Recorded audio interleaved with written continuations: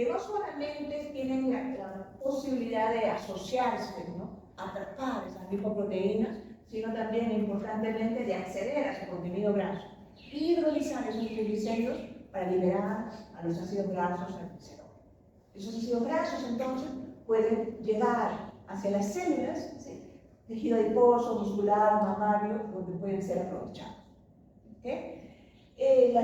Los kilomicrones remanentes ahora pueden regresar al hígado, ¿sí?, donde se desensamblan, y el hígado ahora procesa otras lipoproteínas que entonces acarrean grasa de tipo endógeno. Esas son las lipoproteínas de muy baja densidad, las VLDL. Y esto también va distribuyendo su contenido graso. Tenemos ahora VLDL remanentes que regresan al hígado o pueden ir cambiando de identidad. Y esa identidad, para el caso de cada lipoproteína, está determinada por cierto tipo de proteínas que están embebidas en la capita fosfolípica. ¿Sí? Y las VLDLs entonces pueden regresar, las VLDL remanentes, o convertirse en lipoproteínas de baja densidad, que dijimos son las que acarrean el colesterol llamado malo, ¿no?, porque tienden a estar en tejido extrahepático, tejido periférico. Y por lo tanto, el exceso de estas puede causar accidentes cerebrovasculares, aterosclerosis. Mientras que las lipoproteínas de alta densidad tienen como misión regresar, sacar el colesterol en exceso y llevarlo hacia el hígado, ¿okay?, donde puede ser metabolizado. ¿Okay? Entonces, todas estas lipoproteínas, de nuevo, se pueden separar en cuanto a su función, a lo que hacen, a su contenido, ¿no?, pero también en función de su densidad, ¿no?, y por eso el nombre.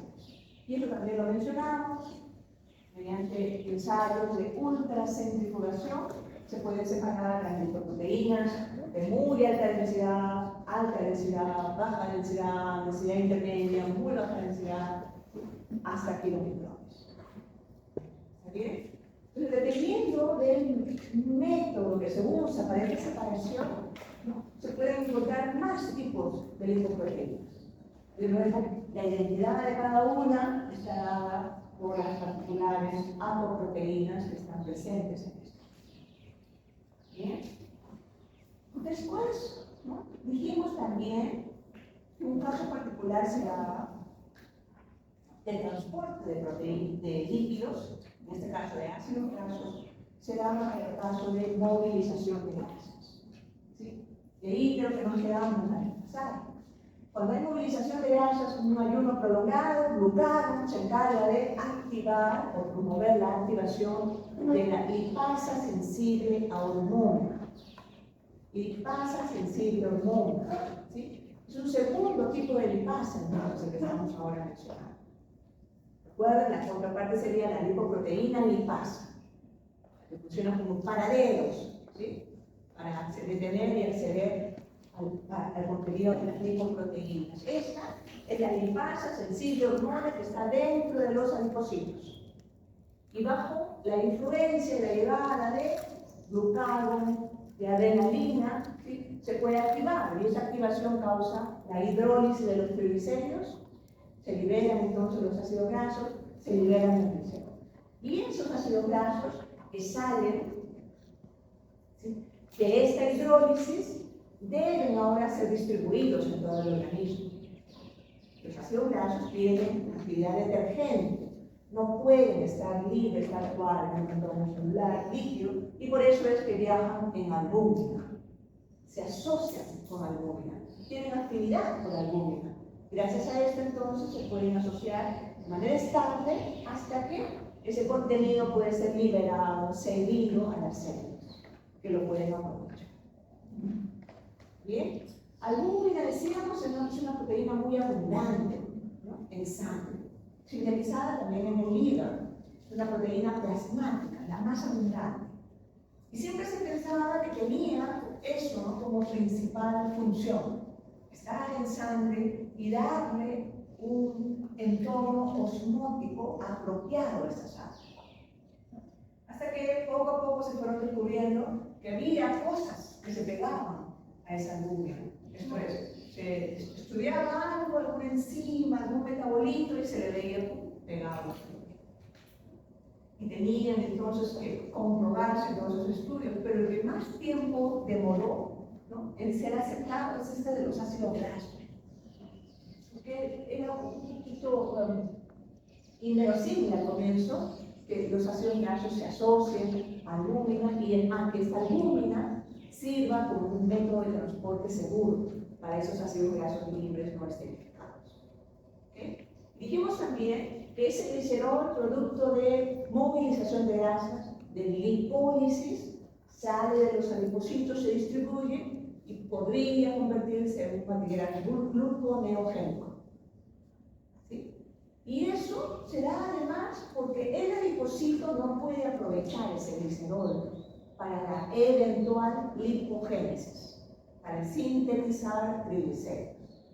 ¿Okay? Y la razón por la que no puede usarlo es que se necesita fosforilar al glicerol 3-fosfato. El adipocito carece de esta glicerol quinasa, no expresa a este gen. Como si lo hace tejido hepático y a varios otros. Entonces, en el adipocito, la fuente de glicerol 3-fosfato es dihidroxicetona-fosfato, que proviene de glicólisis. ¿Bien? Entonces, esto es algo de interés que va a ser más relevante ya cuando hablemos de regulación de todo este proceso. ¿Bien? Creo que ahí nos quedamos, ¿no?, la semana pasada.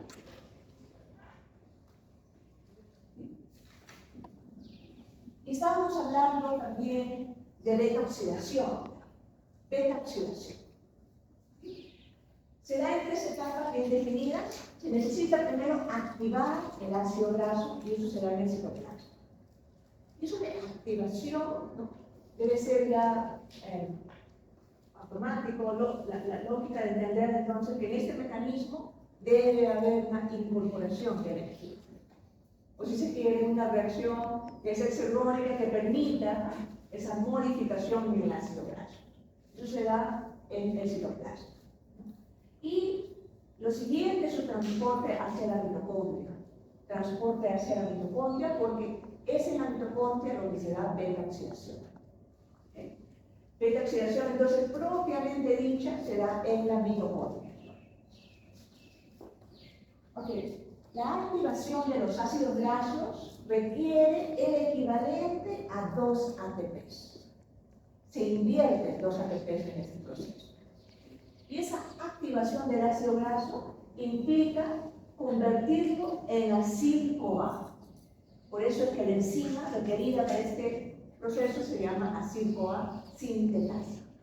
¿Sí? Entonces tenemos aquí la representación del ácido graso, una cadena lateral R, aquí está el carboxilato, y ahí está la reacción primero con el ATP. La reacción con el ATP, ¿sí?, implica la eventual hidrólisis de 2 enlaces altamente enérgicos.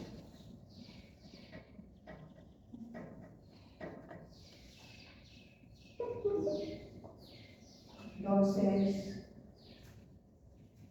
se forma, ¿sí?, el acil-CoA, y la ruptura de este ATP libera AMP, adenosina monofosfato, y también pirofosfato.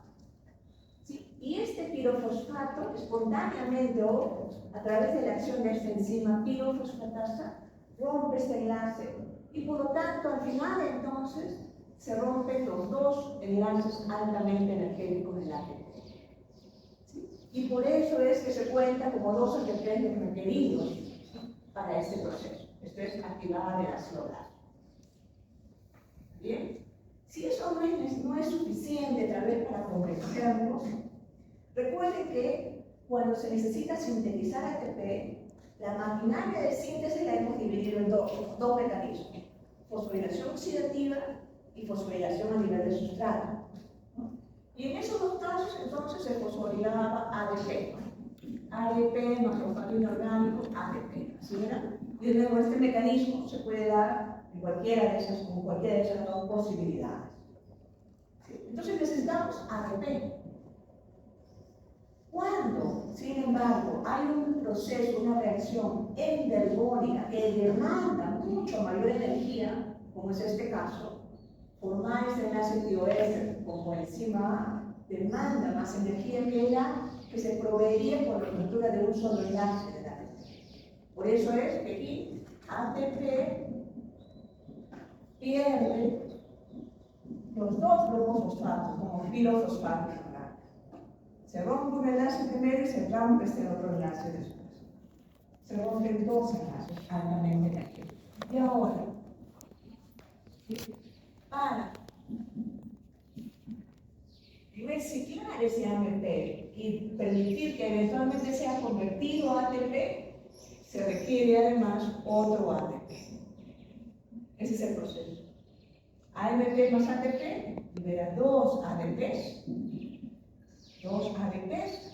y por lo tanto entonces se requiere el equivalente a dos ATPs para lograr completar este proceso. ¿Está bien? Entonces, aquí de nuevo hay dos maneras, si se quiere, en las que se podría justificar por qué contamos, ¿no?, con como dos ATPs los requeridos para este proceso. Sí, ¿no? Es un solo energía. Para la mayoría también les podría bastar eso. Son dos enlaces altamente energéticos, entonces el equivalente a dos ATPs requeridos de nuevo para este proceso. Si no fuese eso suficiente y necesitamos más detalles, estoy tratando de ponerlos aquí. Aquí está el primer ATP requerido. Sí. Se hidroliza, libera AMP, pero ese AMP ahora, para que pueda dar lugar a la formación de otro ATP, requiere que primero sea convertido a ATP. Y aquí entonces está el segundo ATP necesario para este proceso. Por eso es, si sumamos o vemos todo, podemos decir que pues, para activar un ácido graso y convertirlo a acil-CoA, se necesitan dos ATPs. Este ejemplo que vamos a ver en los diálogos como esto es requerido, ¿no? Y la justificación termodinámica es esta, ¿no? Formar ese enlace tiroéster altamente energético, formar acil-CoA demanda alta cantidad de energía. Y no basta entonces con hidrolizar un solo enlace altamente energético del ATP. ¿Bien? La buena noticia aquí es que para cualquier ácido graso que va a ser oxidado, esto es necesario una sola vez. Una sola vez. Una vez que tenemos el ácido graso activado, de nuevo con la inversión de los ATPs, este ya está listo para ser transportado hacia la mitocondria. Y aquí también necesitamos un mecanismo de ingreso. Ese acil-CoA no puede entrar tal cual. Y por eso es que se emplea esta lanzadera de carnitina. Carnitina es el nombre común, si se quiere, para esta molécula. Vean ustedes, una amina cuaternaria, ¿sí?, muy simple. Que vean, tiene un OH y un hidroxilo que puede formar, y de hecho forma, enlaces éster con los grupos ácidos, con los ácidos grasos. Y por eso es que se lo utiliza. Entonces, aquí está la mitocondria, esta es la membrana externa de la mitocondria, espacio intermembranal, ¿sí?, esta es la membrana interna de la mitocondria. Por aquí estaría el citoplasma. Entonces, el ácido graso activado, acil-CoA, llega hacia el espacio intermembrana y aquí se encuentra con esta enzima que se llama carnitina aciltransferasa 1 o CAT1, CAT1. O también algunos libros lo llaman palmitoil transferasa 1. Carnitina, palmitoil transferasa 1. Porque el ácido palmítico es muy abundante. Cualquiera de los dos nombres. Pero esta enzima entonces tiene esa actividad de transferasa. Y lo que hace es convertir el acil-CoA en acilcarnitina. ¿Sí? Y hace esto porque aquí en la membrana interna de la mitocondria existe este transportador de carnitina. Un transportador, una proteína que permite el ingreso de acilcarnitina y la salida de carnitina solita. Se establece entonces ese mecanismo de lanzadera. ¿Sí? Entonces, de nuevo, acil-CoA llega al espacio intermembranario, choca con la carnitina aciltransferasa 1. Esta hace la transferencia y convierte acil-CoA a acilcarnitina. Esta acilcarnitina puede ahora ingresar hacia la matriz mitocondrial. Y allí está la enzima que cataliza la reacción en sentido contrario. Carnitina aciltransferasa 2, que convierte acilcarnitina a acil-CoA.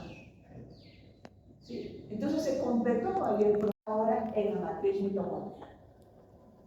¿No? Pero para que se sostenga ese mecanismo de transporte, se tiene que cerrar el circuito. Entonces carnitina sale, ¿no?, por el mismo transportador hacia el espacio intermembrana y estará entonces siempre disponible para permitir el más ingreso de grupos ácidos. ¿Sí? Por eso es que esta es la lanzadera de carnitina. Carnitina entonces se convierte en una molécula que permite el ingreso de esos grupos ácidos, de los ácidos grasos, hacia la matriz mitocondrial para permitir su oxidación. ¿Sí? Esta es la lanzadera de carnitina y van a encontrar diferentes versiones de estos en los libros de texto. Esta es otra. Este es el libro de Harper. La matriz mitocondrial, sí, está aquí. Espacio intermembrana, citoplasma. Y aquí hay algo interesante, ¿no? Noten que Harper, el libro de Harper, posiciona aquí el acil-CoA sintetasa en la membrana externa de la mitocondria. Y también, ¿sí?, a la carnitina aciltransferasa o carnitina pamidoiltransferasa 1. Bien, esto es del libro de Harper. Noten la posición de esta CAD1 en la membrana externa de la mitocondria, allí, y aquí, más cerca de la membrana interna. Pues parecería que todavía no hay consenso respecto a su localización, interesantemente. ¿Sí? Pero lo que sí, ¿no?, sabe es que esa actividad es necesaria, esto es necesario formar acilcarnitina, porque solo así se permite su ingreso hacia la matriz mitocondrial. Y en la matriz mitocondrial, la acilcarnitina es el sustrato de esta carnitina, pamidoiltransferasa 2, que lo convierte ahora a acil-CoA. Y ese acil-CoA puede ahora sí ir a esa detoxificación. ¿Sí? Entonces, este es el mecanismo de nuevo la lanzadera de carnitina que permite el transporte de los ácidos grasos hacia la matriz mitocondrial. Y aquí tiene también algo interesante, ¿no?, porque siempre, ¿no?, nos están proponiendo, ¿no?, productos para bajar de peso. Es un negocio extraordinario, ¿no? Y algunos más que otros estamos interesados en ese tema. Y este es del comercio, ya bastante antiguo, ¿no? Pero el comercio entonces hizo este pequeño artículo donde describía a la carnitina y lo que hacía, y lo llamaba transportador de grasas apropiadamente, y hace esta descripción, tal cual la hemos venido describiendo. Entonces, la carnitina se une al ácido graso, ¿sí?, y la transporta al ácido graso hacia la mitocondria, ¿no? Y en la mitocondria se permite ahora la oxidación de esos ácidos grasos para permitir la formación de ATP. Hasta ahí está todo muy bien. Llamándolo entonces transportador de grasas, y dice dónde está presente y cuáles son las fuentes, ¿no? Bastante bien. El problema, de nuevo, es cuando nos proponen comprar productos con carnitina, ¿no?, y lo llaman quemador de grasas. Entonces, si uno asume cuál es la función de esa carnitina y dice, bueno, es un transportador de grasas, y bueno, sí, ¿no?, permite el ingreso de esos ácidos grasos a la mitocondria, eso es una cosa. Pero ser un quemador de grasas es otro, ¿no? Pues aquí hay un punto interesante que debería ser tomado en cuenta, ¿no?, antes de adquirir este tipo de productos, además de no conocer realmente cuál es su procedencia. ¿Sí? Entonces, carnitina también es una molécula pequeña y se puede sintetizar fácilmente y estos valores, estos costos son antiguos, pero incluso en bebidas energizantes. Si alguno de ustedes alguna vez compra uno o pretende comprarlo, si bien hay los ingredientes, algunas veces también está incluida la carnitina en esos productos. Entonces, que funcione o no, yo tengo muchas dudas al respecto. Me parece que llamarlo un quemador de grasa es un absoluto exceso. Entonces entramos ahora a beta-oxidación propiamente dicha. El ácido graso ya está en la matriz mitocondrial, ¿no? Y en la matriz mitocondrial entonces están todas las enzimas requeridas para este proceso. Tenemos 4 pasos. Primero, oxidación ligada a FAD. Esto es, FAD se requiere como aceptor de electrones para este proceso, este paso oxidativo.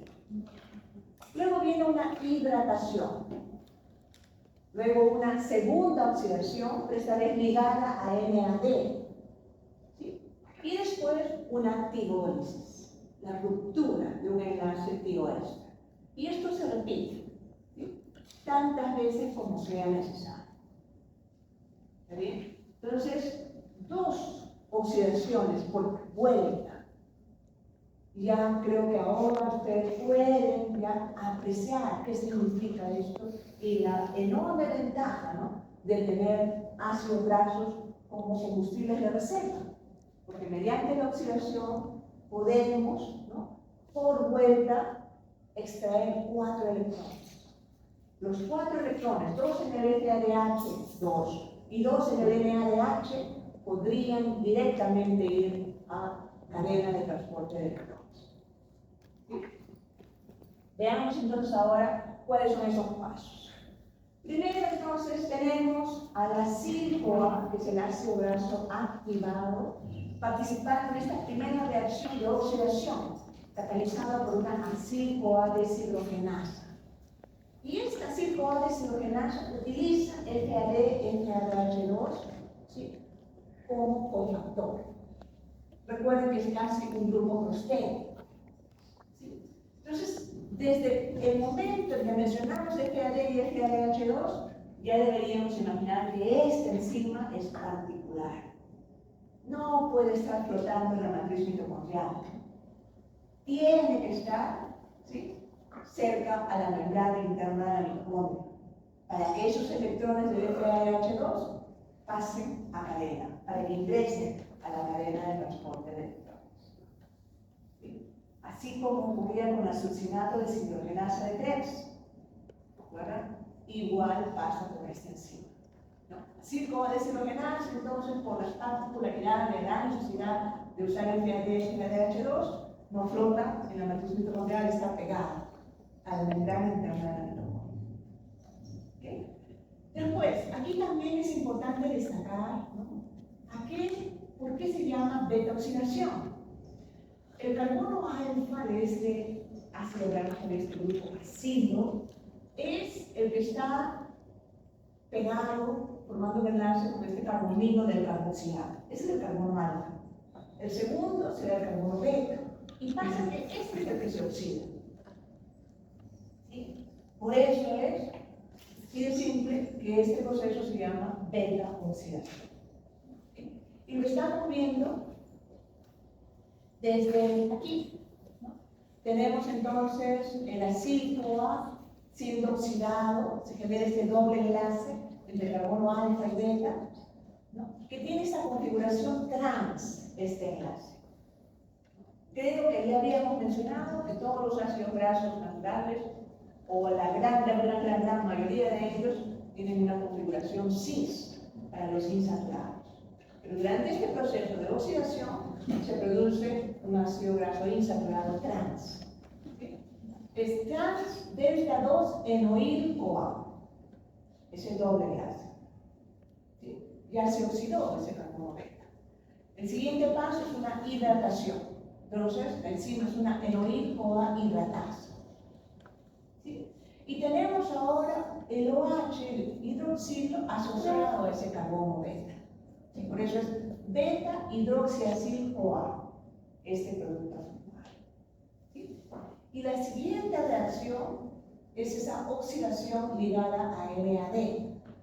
¿Sí? Y ahora ese carbono beta que estaba asociado no antes está en el contexto de un carbonilo. Y esto es más que evidente ahí entonces ahora la oxidación. De dónde han habido esos electrones que terminaron en el NADH. ¿Sí? Y el producto es beta-cetoacil-CoA. Beta-cetoacil-CoA. ¿Sí?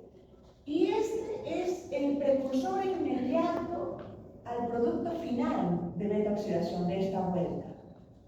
Porque solamente falta romper este enlace entre estos dos carbonos para generar acetil-CoA. Y eso es el producto, eso es lo que ocurre durante esta tirólisis. La tiolasa entonces se encarga de romper ese enlace, ¿sí? Liberando acetil-CoA, ¿sí? Ingresa otra coenzima A porque el producto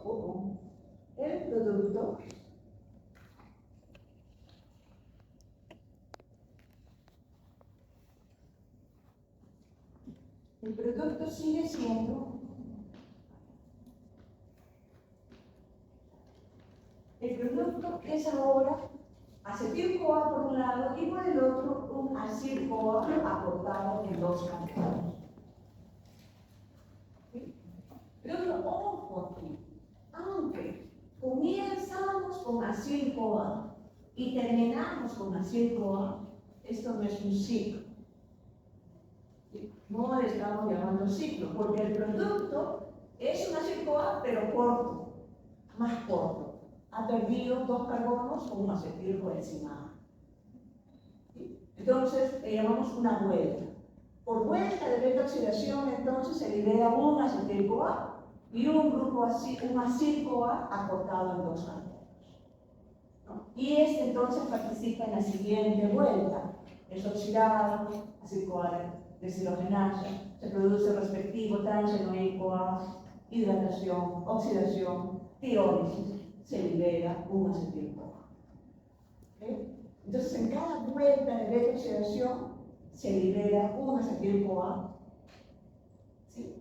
Abriendo también ahí la posibilidad entonces de que este sea oxidado por completo en CRES. Y si llegamos a 3, tenemos la opción de obtener hasta 10 ATPs. Entonces, extremadamente ventajoso beta-oxidación por todas estas razones. Una vuelta de beta-oxidación puede liberar hasta 4 ATPs. 1.5 de BPADH2, 2.5 de BPADH. Pero además, ¿no?, libera acetil-CoA. Entonces, beta-oxidación extremadamente simple, son solamente estos 4 pasos, ¿sí?, pero requiere la activación del ácido graso acil-CoA. ¿Sí? Porque se produce FADH2, NADH y acetil-CoA. ¿Bien? Sí, bien. ¿Final de tratar primero? Yo voy a preguntar que si ese acil-CoA puede, al final que ya está aportado, puede repetir el ciclo similar de manera similar, si es el mismo. Sí, precisamente. Ya terminamos con acil-CoA. Y ese es el requisito, que sea acil-CoA para que sea un sustrato del acil-CoA deshidrogenasa. ¿Okay? Entonces, en la primera vuelta comenzamos con C18, 18 carbonos. ¿Sí? En esa primera vuelta se libera un acetil-CoA y se libera un acil-CoA de 16 carbonos. ¿Sí? En la segunda, en la segunda vuelta entra 16, ¿sí?, sale 14 más acetil-CoA. En la siguiente vuelta, entonces vamos sacando, ¿no?, los carbonos de 2 en 2 para liberar en cada vuelta un acetil-CoA. ¿Bien? ¿Explicó? Me pareció curioso el sistema de molécula trans del CoA, porque yo creí que era por lo que pasaba de un líquido que era gas, proteínas que tenían la generación cis, por procesos térmicos, esta recién se cambiaron por trans. Pasó por un momento de no sé, se te ocurre. Sí. ¿Por qué será? Entonces, su compañera Rincón recuerda que habíamos mencionado que en la naturaleza casi todos los ácidos grasos insaturados presentan dobles enlaces con configuración cis. ¿Sí? Pero aquí tiene que ser trans porque solo así se puede proceder con la siguiente reacción que es la hidratación, preparando, ¿no?, a esos carbonos para su eventual oxidación y después tiroides. Incorporarse que no estamos hablando de un ácido graso libre, sino un acil-CoA.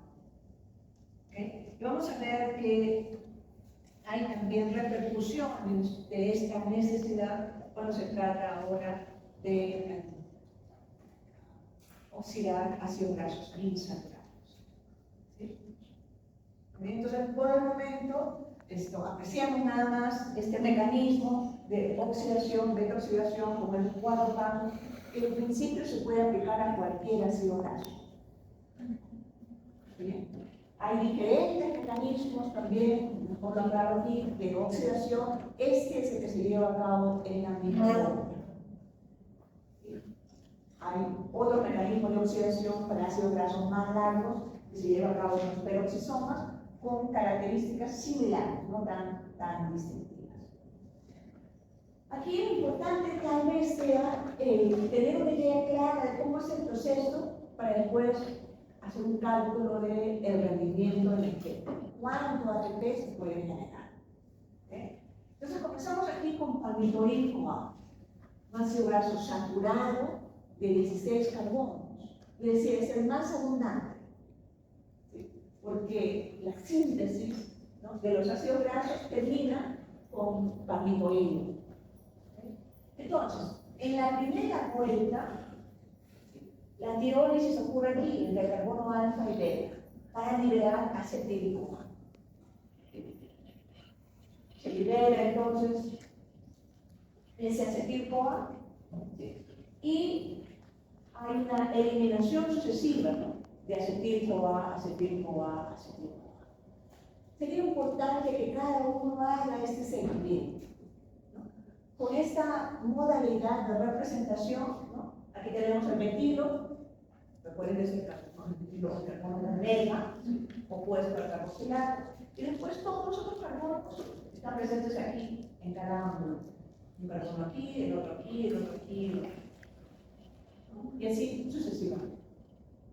Entonces, esto va a ser importante porque si comenzamos de palmitoil-CoA, 16 carbonos, todos esos carbonos terminan como acetil-CoA.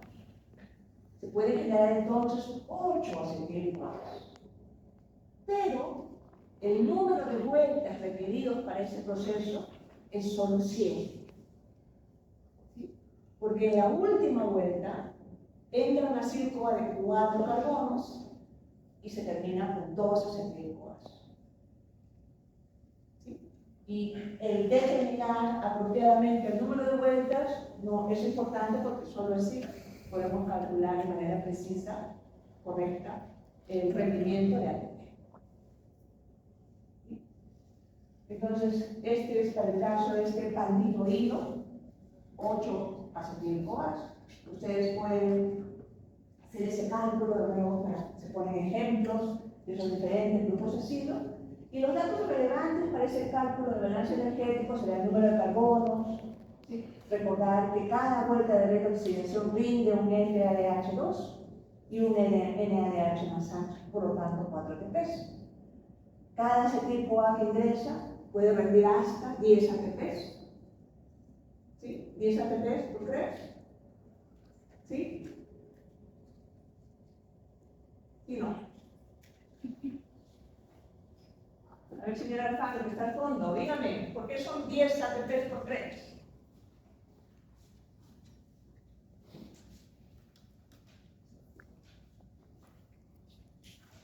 Comencemos a hacer la cuenta, dígame, ¿qué se produce en Krebs?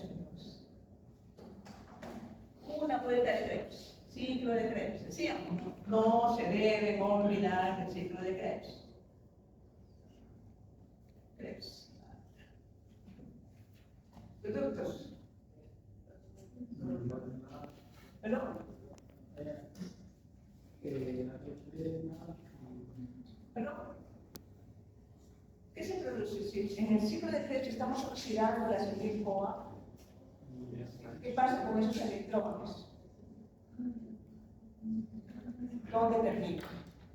La cadena transportadora. ¿Sí?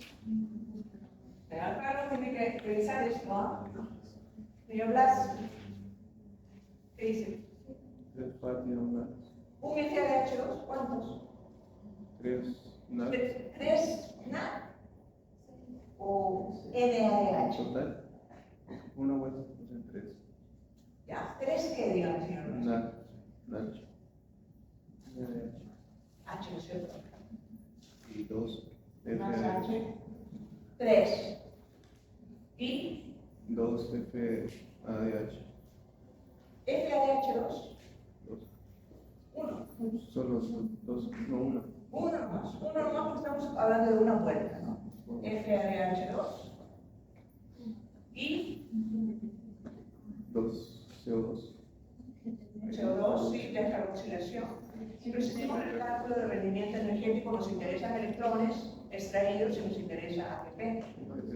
Un ATP, ¿no? Un ATP. Entonces, por vuelta de Krebs, de nuevo, le da lugar, permite la oxidación de ese tipo A. 3 NADH, muchachos.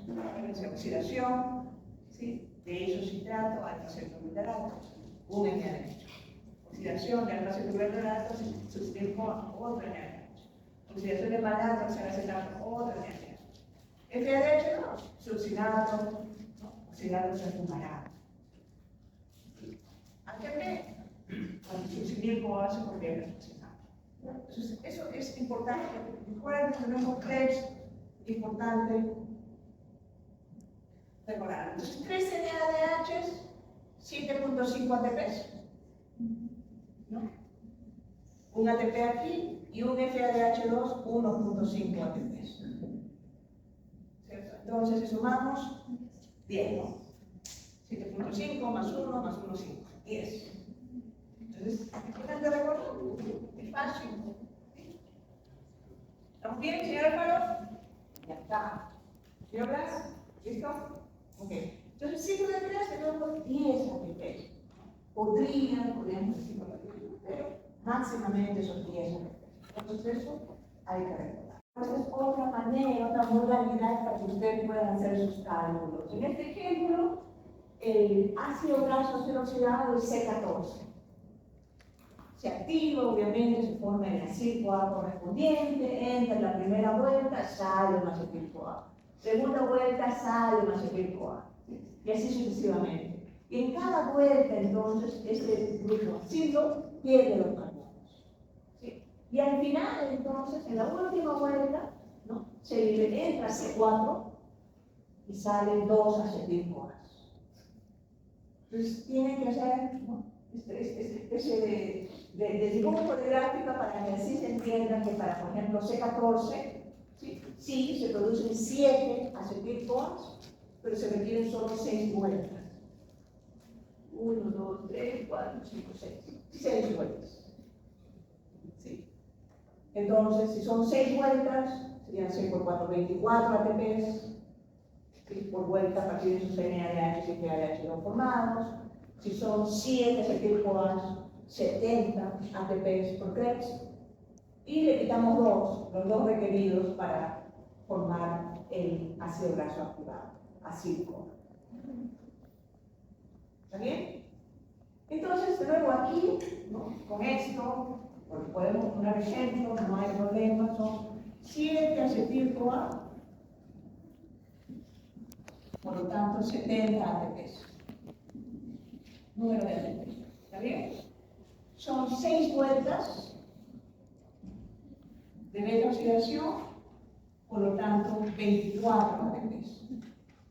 4 ATPs por vuelta. ¿Sí? Y menos 2, ¿sí?, que son los requeridos para activar a este ácido graso. Entonces, una mol de este ácido graso de 14 carbonos podría dar máximamente 92, 94 menos 2, 92 ATPs.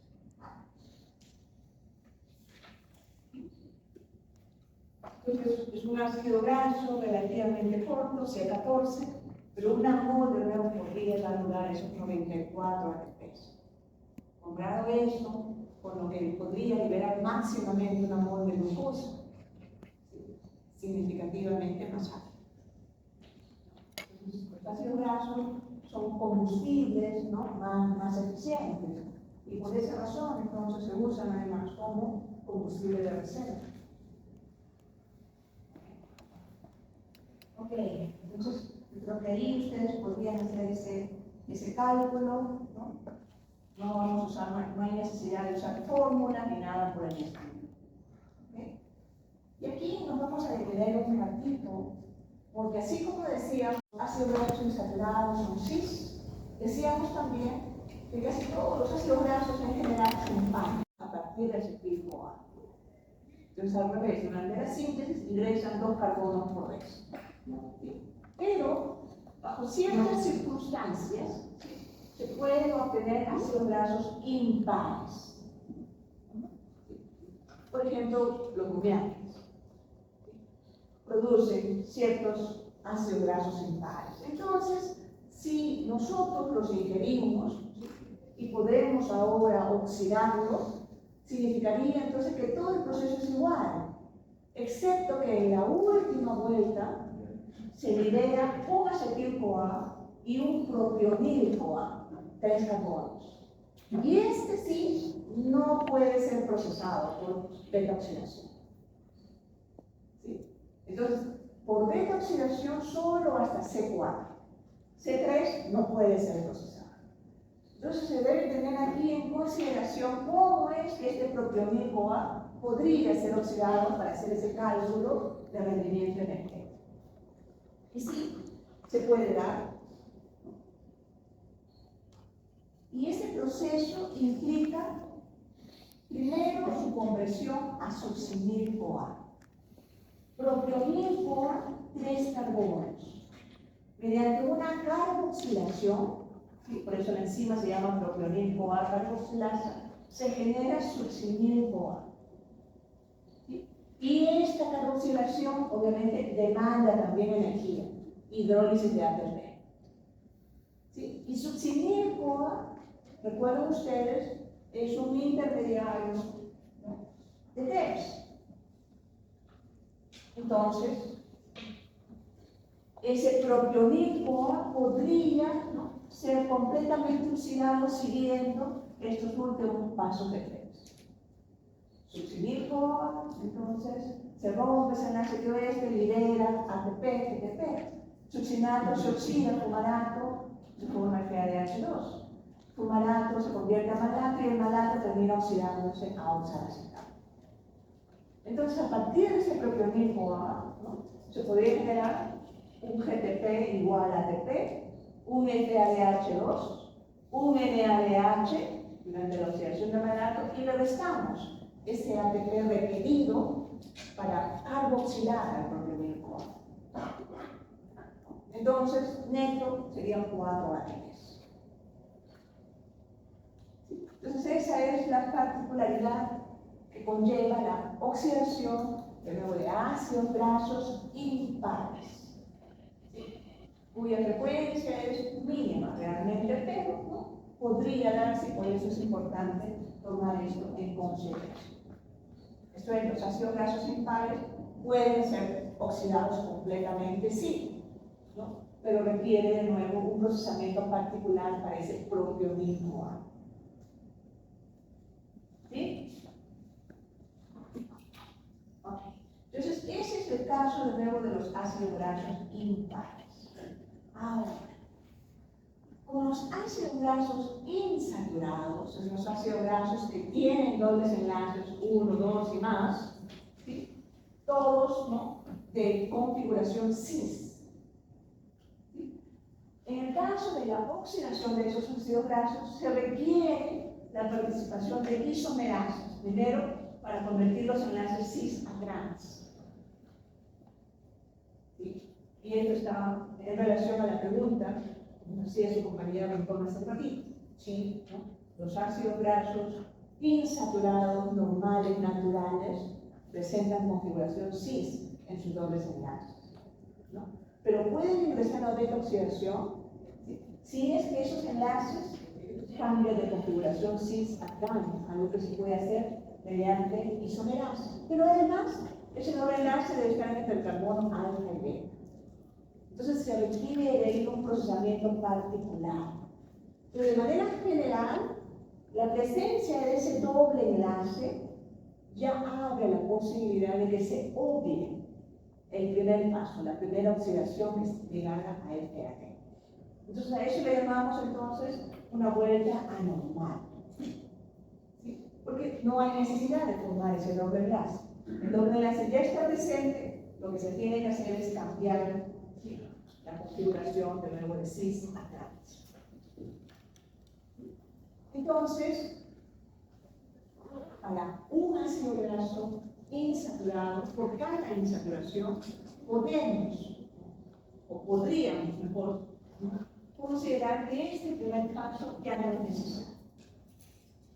Y por eso entonces lo consideramos una vuelta anormal, ¿no?, del que solamente se va a obtener NADH. Y dependiendo de la posición de ese doble enlace, ¿sí?, y del número, se van a requerir enzimas y se van a requerir en algunos casos incluso ATP para poder hacer este cambio. Luego, ese estudio tiene que hacerse particularmente para cada tipo de ácido graso. Entonces, nosotros, para nuestros propósitos de nuestro curso, simplemente vamos a considerar que por cada, ¿sí?, se genera una vuelta anormal. ¿Sí? Porque de una u otra manera, por lo general, entonces, esos dobles enlaces pueden ser cambiados a trans, ¿sí?, y por lo tanto, entonces, no se produce esa oxidación ligada a este ácido. Las vueltas anormales entonces rinden solo 2.5 ATP, porque se produce solo NADH. Y luego se necesitan varias enzimas para poder procesar. Entonces, de manera así resumida, ¿no?, con esta información podemos estimar el rendimiento energético de la oxidación de un ácido graso, si es saturado, si es insaturado, si es par, impar. Y la idea es que, aunque sea una explicación bastante general, ustedes sean capaces de hacerlo. Así como nos preocupamos por el rendimiento energético de oxidación de glucosa, lactosa, fructosa y otros, igual, ¿no?, para esta parte del curso nos interesa que ustedes puedan hacer ese cálculo. Ok.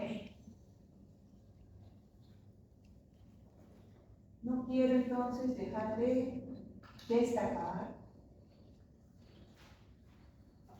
las particularidades que se dan cuando una enzima utiliza FADH2 como cofactor. Entonces, esta es la representación de la cadena de transporte de electrones, membrana interna de la mitocondria, complejo 1, complejo 2. Recuerden ustedes el plurianisocinato de siloesperanza de Krebs, que está embebida, pegada aquí en la membrana interna de la mitocondria. ¿Por qué? Porque en la membrana interna está este acarreador de electrones, que es la ubiquinona, la coenzima Q. Recuerden que en la lanzadera del glicerofosfato participaba esta enzima, la glicerol del fosfato deshidrogenasa, que oxidaba el glicerol del fosfato citosólico, ¿sí?, que traía los electrones de glicólisis. Entonces, esta es la membrana interna de la mitocondria, matriz mitocondrial aquí, espacio intermembranal aquí, acá arriba, citoplasma. Entonces vean la posición de estas dos enzimas. ¿Sí? Y acabamos de ver a una enzima que es la 5-A deshidrogenasa, que se encarga de la primera oxidación, del primer paso de oxidación, ¿sí?, de los acil-CoAs, cuando no tienen, ¿no?, dobles enlaces, acil-CoA saturado. Y está. Esta sería el acil-CoA deshidrogenasa oxidando el acil-CoA, ¿sí?, para incorporar, ¿sí?, ese doble enlace.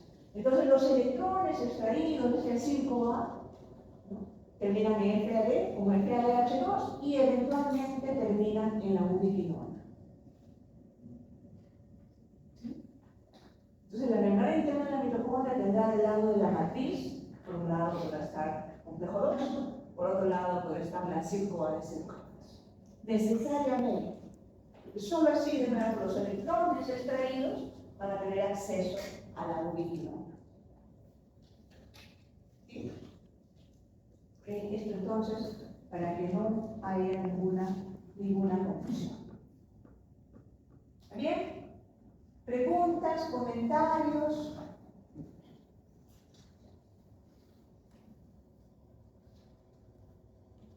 ¿Hay preguntas?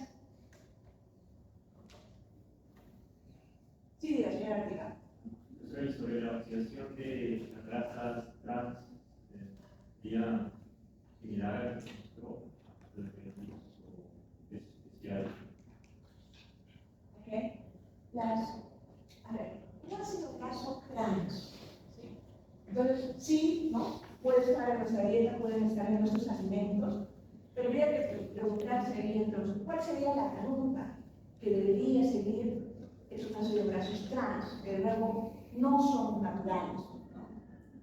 Entonces, nuestro organismo no está diseñado para procesar esas grasas.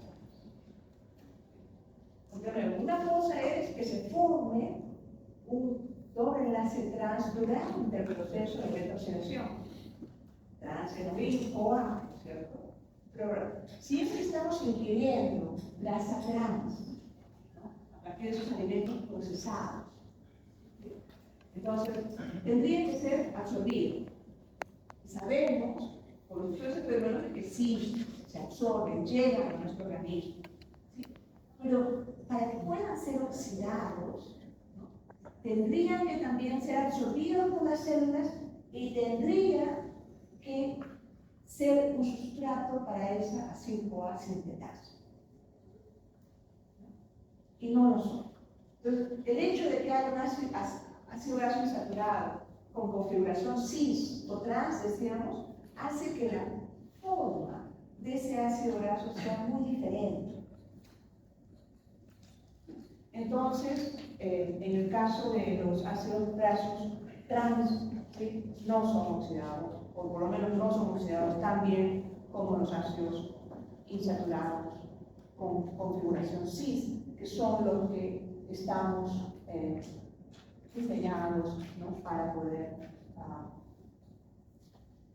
metabolizar. Y eso es uno de los problemas. Entonces, los ácidos grasos, o la grasa trans en general, genera muchos problemas, ¿no?, en nuestro organismo. Creo que todavía no se ha determinado la causa-efecto, pero por estudios epidemiológicos se sabe que un mayor consumo de grasas trans, alimentos procesados, da lugar a mayor aterosclerosis, mayor incidencia de accidentes cerebrovasculares. Aumenta también los niveles de colesterol. ¿Bien? Ok. Sí, dígame. Entonces, esas grasas trans simplemente se quedan almacenadas porque el cuerpo no las puede procesar. No es que no se pueda procesar cero, vamos a llamarlo así. Pero sí, sí, parcialmente o no apropiadamente no estamos hechos para procesar. Y entonces se degradan, sí, eventualmente, ¿no? Pero en el proceso tiene que estar más, ¿no?, en nuestra sangre, en nuestra arteria, contribuye a todos esos problemas.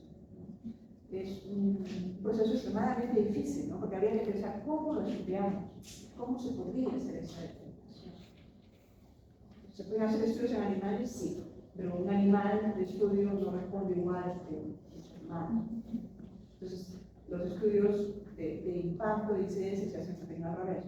Se ve estudios en poblaciones, ¿no?, de voluntarios, casi siempre se prefiere a enfermeras o enfermeros, ¿no?, porque están ya en un contexto de hospitales, con acceso a los médicos, o a los investigadores médicos que hacen esos estudios, y son profesionales también que son más rigurosos en su comportamiento profesional. Entonces tienden a aceptar los ensayos de laboratorio, tienden a ser más cooperativos, en responder encuestas, etc.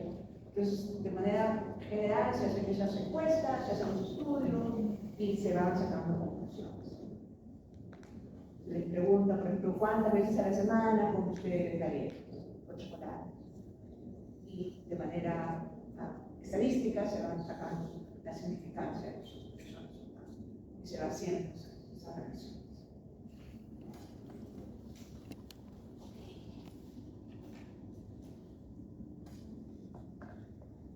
¿Alguna otra pregunta? Muy bien, entonces, a ver si está.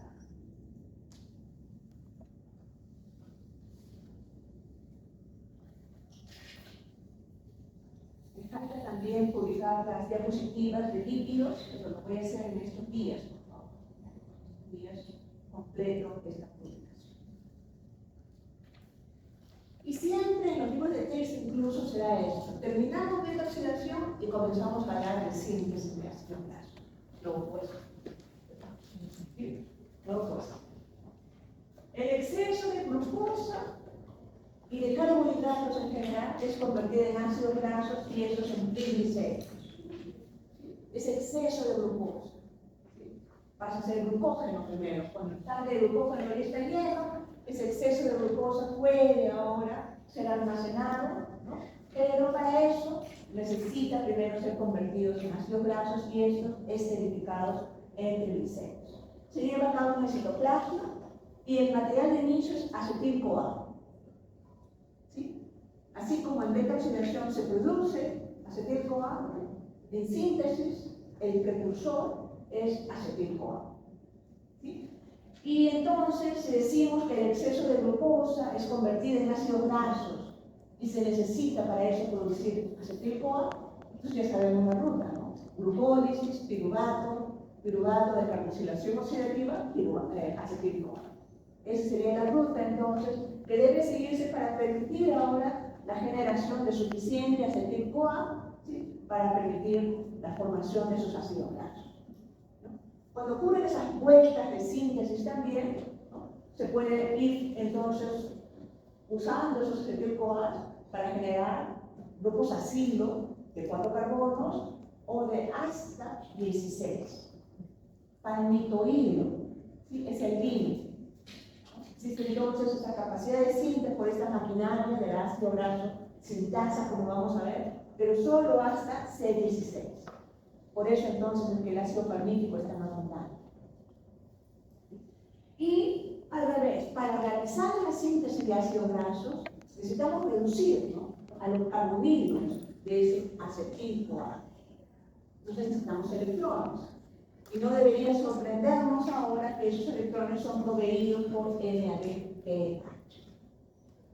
NADPH ya sabemos que tiene casi exclusivamente esa función, ¿no?, de ceder electrones en procesos anabólicos, ¿no?, de síntesis. Y aquí también es importante destacar que aparece este compuesto, malonil-CoA. Y como vamos a ver, la formación de malonil-CoA es el paso que regula la síntesis de ácido. A pesar de que cada 2 carbonos que entran y extienden un grupo acilo provienen originalmente del acetil-CoA. Síntesis de ácidos grasos también en 4 etapas o 4 pasos. ¿Sí? El acetil-CoA se forma a partir del piruvato en la matriz mitocondrial, ¿cierto? Pero la síntesis pasa en el citoplasma. Y esto ya tiene sentido, ¿no?, porque beta-oxidación en la mitocondria, síntesis en el citoplasma. Entonces Entonces hay compartimientos especializados para estos fines. Y esto entonces acaba este problema, que es que este acetil-CoA debe salir de la matriz mitocondrial hacia el citoplasma. Y utiliza una lanzadera particular, que es la lanzadera del citrato. Lanzadera del citrato. El segundo paso es la formación del malonil-CoA. Acetil-CoA, ahora sacado del citoplasma, es usado para formar malonil-CoA. Y esto implica una simple carboxilación. Acetilo, 2 carbonos, malonilo, 3. ¿Sí? Y esto es necesario cada vez que se quiere extender un grupo pasivo. Se forman después lo que se llama intermediarios activos. Y vamos a ver después a qué se refiere esto. Es particular, ¿no? Que no apareció, por ejemplo, en beta-oxidación. Bien. Y después, ¿no?, están los pasos que dan lugar a la síntesis propiamente dicha hasta C16. Entonces, la migración del acetil-CoA, lo que es la lanzadera del citrato. Aquí estamos en la matriz mitocondrial, la membrana interna de la mitocondria, que es la que restringe ese paso, y aquí estaría el citoplasma. Entonces, el acetil-CoA es formado a partir del piruvato, complejo enzimático de la piruvato deshidrogenasa, se encarga de esta catálisis. Acetil-CoA reacciona con oxalacetato para formar citrato. Y este citrato es el que puede salir ahora hacia el citoplasma. El citrato ahora debe convertirse en acetil-CoA y se necesita esta enzima, la ATP citrato-niasa. Esto es, la conversión de citrato a acetil-CoA requiere la inversión de ATP. Y el acetil-CoA ahora presente en el citoplasma es usado en la síntesis de ácido graso. Y durante la escisión de este citrato se forma también oxalacetato en el citoplasma. Ahora, esta es una explicación, esta gráfica permite una explicación un poquito más detallada, paso a paso.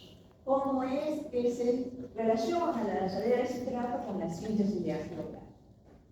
Entonces, en la matriz mitocondrial, la citrato sintasa se encarga de formar citrato. La conjugación entre oxalacetato y acetil-CoA, la primera reacción de Krebs.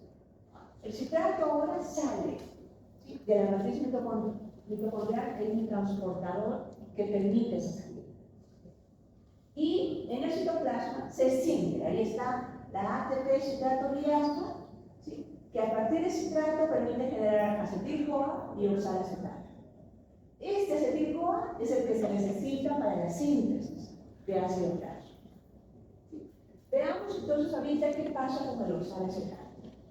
Si es una lanzadera, entonces se debe cerrar el circuito, ¿no?, para que este sistema de transporte sea sostenible. ¿Sí? El oxalacetato ahora se reduce a malato. ¿Sí? Esta reacción ya la conocemos, porque podemos pensar de inmediato a lanzadera del malato. El malato entonces podría regresar a la mitocondria. ¿Sí? Pero esto no necesariamente ocurre, ¿no?, porque es más ventajoso que se procese de otra manera, como vamos a ver. Durante la síntesis de ácidos grasos, ¿sí?, necesitamos que el acetil-CoA sea convertido a malonil-CoA. Y decíamos, esta es una carboxilación. Cada extensión de un grupo ácido demanda formación de malonil-CoA. Y esta enzima se llama acetil-CoA carboxilasa. Y se le da un complejo enzimático. Esta es la enzima que regula la síntesis de ácido graso. Si una célula tiene que sintetizar ácido graso, debe primero activar a esta acetil-CoA carboxilasa. ¿Sí? El malonil-CoA ahora permite la síntesis de ácido graso, pero este proceso también demanda NADPH. NADPH. Una fuente inmediata de NADPH, ya la conocemos, ¿cuál es? NADPH ¿qué vía forma NADPH en nuestra célula, en nuestro organismo? Decíamos, es un proceso alterno de oxidación de la glucosa que no deberíamos subestimar. Vía de la fructosa fosfato. Vía de la fructosa fosfato derivada de sosa monofosfato o vía alterna de oxidación. Entonces ahí está. Vía de la fructosa fosfato, recuerdan fase oxidativa, ¿sí? Produce dos NADPH. Entonces ahí hay una fuente importante de NADPH y como vamos a ver, se requiere una gran cantidad de NADPH para completar la síntesis de ácidos. ¿Okay? Entonces ahí se aprovecha este malato. Por eso lo habíamos dejado ahí esperando. Decíamos, este malato puede regresar. Sabemos que hay un transportador, porque hemos estudiado la densidad del malato. Pero aquí no es conveniente que ese malato regrese tal cual. ¿Sí? Es más conveniente que se oxide, ¿sí? Y se descarboxile. Entonces el malato, con la participación de esta enzima llamada enzima málica, se convierte a piruvato. ¿Sí? Y también conveniente que ese piruvato ahora regrese como tal a la matriz mitocondrial, ¿no? Porque este piruvato es requerido allí tanto para formar acetil-CoA, cuando es el sustrato del piruvato deshidrogenasa. Pero también recuerden que mediante gluconeogénesis, ¿sí? Ese piruvato puede ser también carboxilado para dar lugar a formar oxalacetato. ¿Sí? Y estos dos son necesarios, tanto oxalacetato como acetil-CoA, para formar citrato. Entonces aquí se completa toda la figura.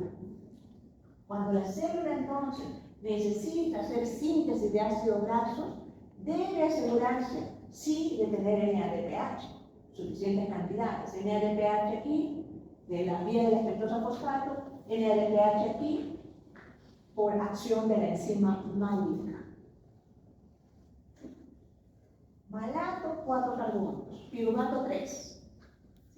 Entonces el malato se está oxidando y descarboxilando con esta reacción catalizada por la enzima málica para formar piruvato. Y ese piruvato ahora en la matriz mitocondrial puede tener cualquiera de esos dos destinos. Ser oxidado y descarboxilado para formar acetil-CoA, o ser simplemente carboxilado para formar oxalacetato. Y teniendo esos dos en suficientes cantidades, la célula puede sintetizar citrato. Y ese citrato ahora es el mecanismo que permite salir al acetil-CoA de la matriz mitocondrial al citoplasma, requerido, ¿no?, como precursor para la síntesis de ácidos grasos. ¿Sí? ¿Está bien?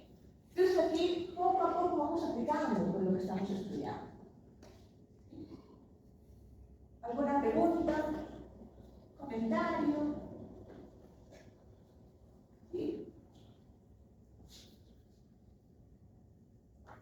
Si estamos sintetizando ácidos grasos, en ese instante, imagínate, estamos sintetizando ácidos grasos, ¿cuál será la hormona en nuestra sangre?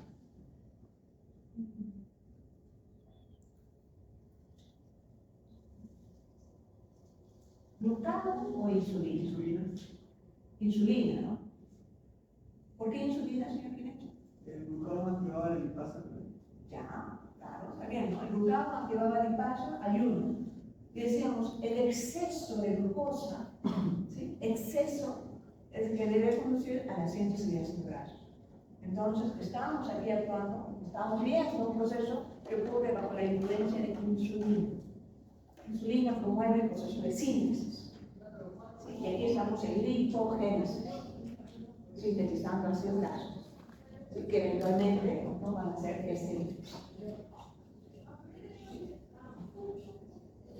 Esta reacción piruvato-carboxilasa la hemos visto en gluconeogénesis, ¿no? Gluconeogénesis. ¿Sí? Y si estamos en gluconeogénesis, entonces estaríamos en ayuno y bajo la influencia en glucagón, ¿no? Entonces aquí hay algo que no cuadra, ¿no? Porque, de nuevo, como está indicado aquí y como se los he explicado, necesitamos esta enzima para que ese piruvato también pueda ser convertido a oxalacetato. Pero también, de alguna manera, este piruvato debe participar en esta otra reacción, que es descarboxilación oxidativa del piruvato, que aparentemente se debería dar cuando las células no tienen suficiente energía. Entonces aquí hay algo particular que debería llamar nuestra atención, y esto implica entonces que hay un mecanismo de regulación. Hay un mecanismo de regulación. Me parece que también lo habíamos visto en el grupo neogénesis, cuando hablábamos de regulación, que es el acetil-CoA, el que regula adecuadamente a las dos enzimas. Los niveles entonces de acetil-CoA modulan tanto a la piruvato deshidrogenasa como a la piruvato carboxilasa. Acetil-CoA entonces modula negativamente a la piruvato deshidrogenasa y modula positivamente a la carboxilasa. Entonces, si es que estamos en este proceso, si se forma citrato, los niveles de acetil-CoA entonces van bajando, y en base a los niveles de acetil-CoA se modulan óptimamente a estas dos enzimas para asegurar que en la matriz mitocondrial se generen las cantidades requeridas de CO2, oxalacetato y acetil-CoA, para permitir entonces un flujo constante de citrato hacia el citoplasma. Regresa piruvato y ese piruvato encuentra el entorno enzimático adecuado, ¿sí?, para dar lugar a la formación de oxalacetato o acetil-CoA. Entonces, es un mecanismo de regulación casi automático. ¿Sí? Tenemos entonces un mecanismo que se asegura, ¿no?, que según los niveles de acetil-CoA haya la cantidad requerida de esos dos, oxalacetato o acetil-CoA. Y así entonces se permite ese flujo. ¿Sí? Ok. Esto es la explicación de lo que hace la enzima mágica, solo como referencia, ¿no? Estamos ya de acuerdo en que no necesitamos memorizar estas estructuras. Aquí está el malato.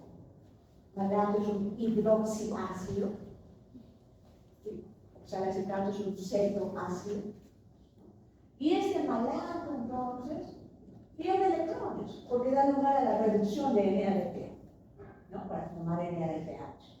Entonces el malato se oxida y se descarboxila para formar el piruvato. Esa es la reacción catalizada por esta enzima mágica. Descarboxilación y oxidación del malato. ¿Okay?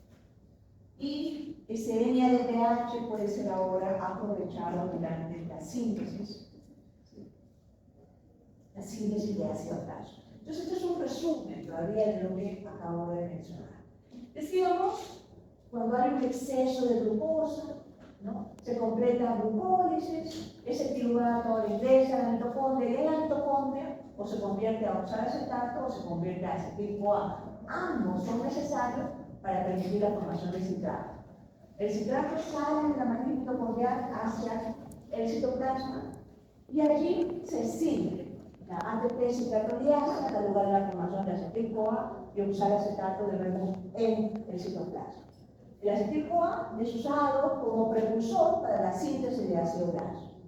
El malato se oxida y descarboxila para dar lugar a la formación del piruvato, liberando NADPH.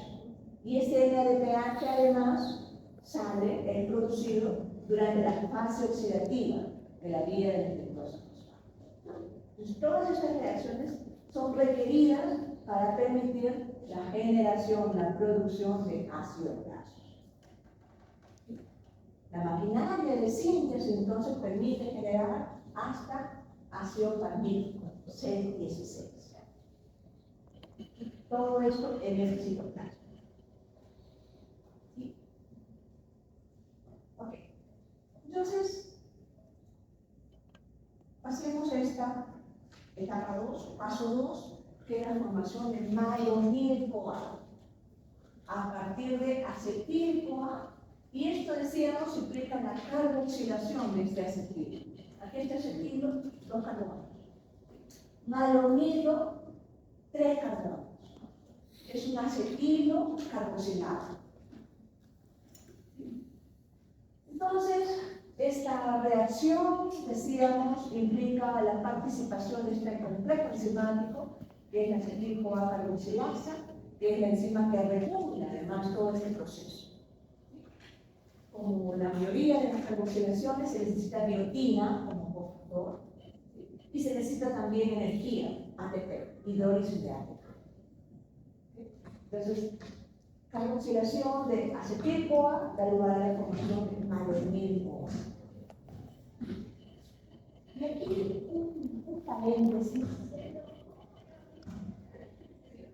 Un paréntesis así personal, porque entender cómo funcionan estas enzimas, ¿no?, implica clonar los genes que codifican para esas enzimas, estudiar su estructura.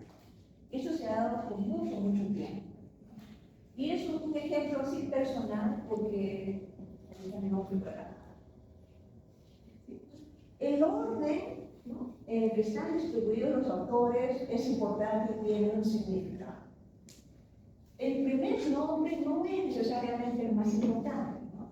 Los primeros nombres están siempre separados, vamos a llamarlo así, para aquellos tesistas, casi siempre, o investigadores de postdoctorado, que hicieron más labor experimental. Y es posible que esto haya sido el tema de su tesis, ¿no? Para este nivel era tesis de posgrado, maestría, doctorado. Y un artículo es denotado, nombrado a partir de los nombres del primer autor, casi siempre. Primer autor. Entonces dice, el artículo de Kondo, ¿no?, es este. ¿No? Pero casi siempre también el último autor o autora es el autor de correspondencia. Es la persona que lideró la investigación, que propuso el tema de la investigación, que supervisó, ¿no?, todos los procesos, que coordinó, ¿no?, las actividades. Es también quien genera muchas veces los fondos, el financiamiento necesario para la compra de materiales, reactivos, equipos. Y es, por tanto, la persona que ha coordinado todos esos eventos y por eso es el responsable del artículo y se le denota como un autor de correspondencia. Y aquí no se nota, pero se puede hacer una llamada, aquí un asterisco, un icono ahí, y se le pone abajito autor de correspondencia. Eso implica que si tenemos alguna pregunta acerca de este artículo, le escribimos a ese autor de correspondencia. Si necesitamos solicitar algún reactivo que es único y que fue desarrollado dentro de esta investigación, podemos también hacer eso. Creo que eso ya también lo mencioné. Entonces, pasa que cuando yo comencé mis estudios de maestría, ¿no?, estaba llegando y no tenía incluso un tema de tesis asignado, ¿no? Lo usual es decir, ya anda y ayuda a tal o cual tesista para que vayan viendo y vayan aprendiendo, ¿no?, los protocolos, las técnicas, dónde están las cosas en el laboratorio, cómo se usan los equipos, ¿no? Y a mí me pusieron a trabajar, ¿sí? Este era mi supervisor, ¿no? Este era mi otro supervisor, y este era un tesista de maestría, muy bueno, ¿no?, excelente en todo lo que era técnicas de clonación, secuenciamiento, ¿no?, pero muy distraído, vamos a llamarlo así, muy distraído. Entonces me dijeron a mí, bueno, ayúdame lo que puedas, pero era tan distraído, desorganizado, que yo realmente no sabía cómo ayudarlo, no podía. Cada vez que él hacía un experimento, yo estaba detrás de él viendo, ¿no?, cómo lo hacía, tratando de extraer y obtener los protocolos correspondientes. Y dije, bueno, si no puedo hacer mucho, entonces me voy a la biblioteca, ¿no? Porque en esa época, en el Perú, ¿no?, en mi biblioteca, en San Marcos, Facultad de Farmacia y Bioquímica, teníamos poca información disponible, ¿no?, pero era lo único que teníamos para poder aprender. Entonces, a nosotros nos hacían ir a la biblioteca a buscar, todas las bases de datos que eran físicas, ¿no? Hacer búsquedas, y en esa época también yo venía hasta la BAM, a la biblioteca aquí, a completar la búsqueda, a buscar artículos científicos. Entonces, eso yo lo sabía hacer muy bien. Tenía tiempo. Entonces, lo que yo hice fue ir a la biblioteca de la Universidad de Nagasaki, que era obviamente mucho mejor que las nuestras, ¿no? Pero tenía muchas más bases de datos y hacer búsquedas. Y en esas búsquedas encontré que ya había artículos publicados de subunidades, de componentes de ese complejo de la acetil-CoA-carboxilasa. Y ese era el proyecto de tesis de este tesista de posgrado, que luego estaba muy distraído, ¿no? Entonces yo colecté toda esa información y le dije a él y a mis profesores: miren, he encontrado estos artículos, significa entonces que ya se están acercando, ¿no?, a completar todo el proceso de clonación. Y si eso ocurría, mi tesista, ¿sí?, se quedaba sin tesis, ¿no?, porque básicamente le iban a ganar esa carrera. Entonces, gracias a esa contribución que parecería muy fácil, ¿no?, fue clave para sacar del proceso de distracción a este tesista, que se puso pilas para terminar de inmediato su tesis. Y gracias a eso, ¿no?, obtuvo su tesis y además este artículo científico en una revista de bastante reputación, ¿no? Esa revista que publica artículos de investigación relacionados a los miembros de la Academia Nacional de Ciencias de los Estados Unidos, una asociación científica de mucho nivel. Entonces, le permitió también completar las colaboraciones con autores de otras universidades, ¿no? Es un trabajo colaborativo. Y gracias a eso nada más que yo hice, así de simple, siendo una novata en la investigación, ¿sí?, me permitieron ingresar y estar en la lista de autores. Entonces este fue en realidad el primer artículo científico en el que yo figuré, ¿no? Y gracias entonces a esto tuve una contribución importante, y para mí lo mejor fue que mi tesista se despertó y comenzó a trabajar, ¿no?, día y noche haciendo experimentos, y yo tuve ahí mucha oportunidad de aprender muy bien, ¿no?, de él, que era excelente. Profesora, Sí. ¿usted era magistrada en ese momento o de pregrado? No, yo terminé farmacia bioquímica aquí en Perú. Durante el proceso de la tesis y mientras duraba el trámite de titulación, yo trabajé en un laboratorio farmacéutico. Allí decidí aplicar a la beca, ¿no? Entonces yo era solo químico farmacéutico, secos, ¿sí? Y accedí a la beca para hacer maestría y doctorado. Entonces aquí yo estaba comenzando, ¿no? Yo me fui con la poca experiencia que implicaba hacer prácticas de laboratorio en la Facultad de Farmacia y Bioquímica. No sabía nada acerca de biotecnología o biología molecular, menos de ADN y clonación. Entonces, toda esta experiencia para mí fue muy importante, porque con eso yo pude aprender a hacer los experimentos, hacer diseño experimental, a trabajar en un laboratorio de biología molecular. ¿Okay? Entonces, en ese momento, yo decía, bueno, se completó la clonación y no entendí la trascendencia, ¿sí? Porque de nuevo, completamos con esto la información requerida para entender la composición de esta enzima, que es la acetil-CoA-carboxilasa. Y es el último gen que faltaba, el último, que se llama la carboxilasa de biotina, que participa en toda esta reacción que convierte acetil-CoA a malonil-CoA.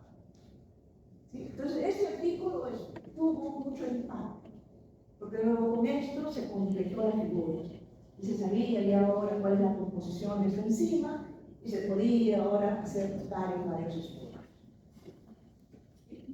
Entonces, esto para mí es una historia muy particular, ¿no?, por todas esas características, y me ayudó también a demostrar que, a pesar de que era una becaria de Perú, en la que obviamente el nivel científico era bajo, el mío, ¿sí?, a pesar de eso yo podía contribuir, ¿no?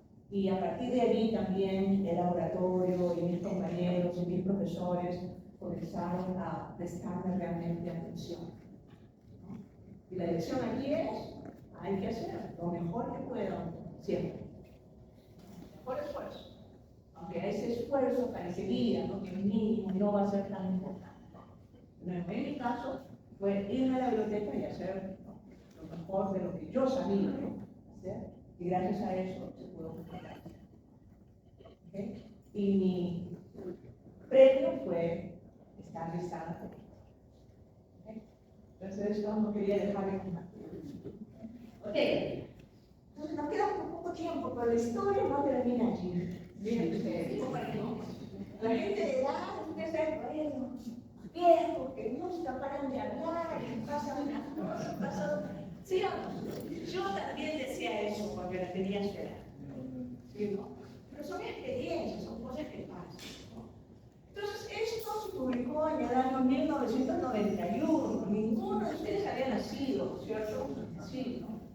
De antiguos eso. Yo terminé el doctorado, ¿no? Esto fue ni siquiera para maestría, esto era como mi labor de aprendiz, ¿no? El resultado, después hice mis propios estudios, tesis de maestría, artículos, etc. Y salí en el año 95 de Japón y terminé en Estados Unidos, ¿no? Y después de un corto tiempo de haciendo investigación de postdoctorado en Nueva York, me fui a Chicago, a la Universidad de Chicago. Y ahí pasé 6 años. Y ahí la pasé recontra bien, porque había científicos brillantes de todo el mundo, ¿no?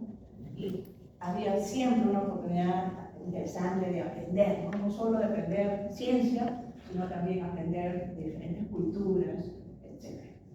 Y conocí a un investigador de postdoctorado que era de Taiwán, excelente también, brillante, ¿no?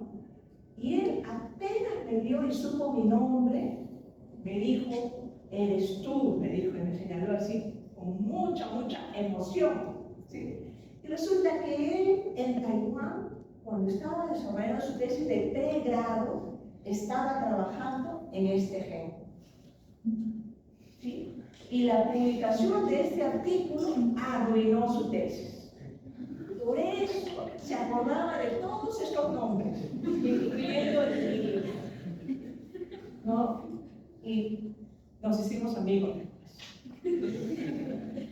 ¿No? Pero fue uno de esos ejemplos, uno dice, wow, qué chico es el mundo, ¿no? Hasta yo ya me había olvidado de estos detalles, pero él se acordaba de todo, de qué es lo que pusimos en el artículo, cómo lo hicimos, y se acordaba porque de nuevo le dolió en el alma, ¿no? Porque fueron meses de trabajo que se fueron al agua, en su caso, porque él ya no podía trabajar en este mismo tema, ¿no?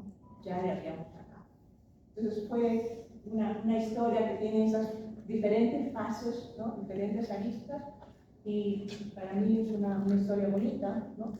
Y mejor aún porque ahora terminé enseñando bioquímica aquí en esta universidad y este es un tema relevante, ¿no?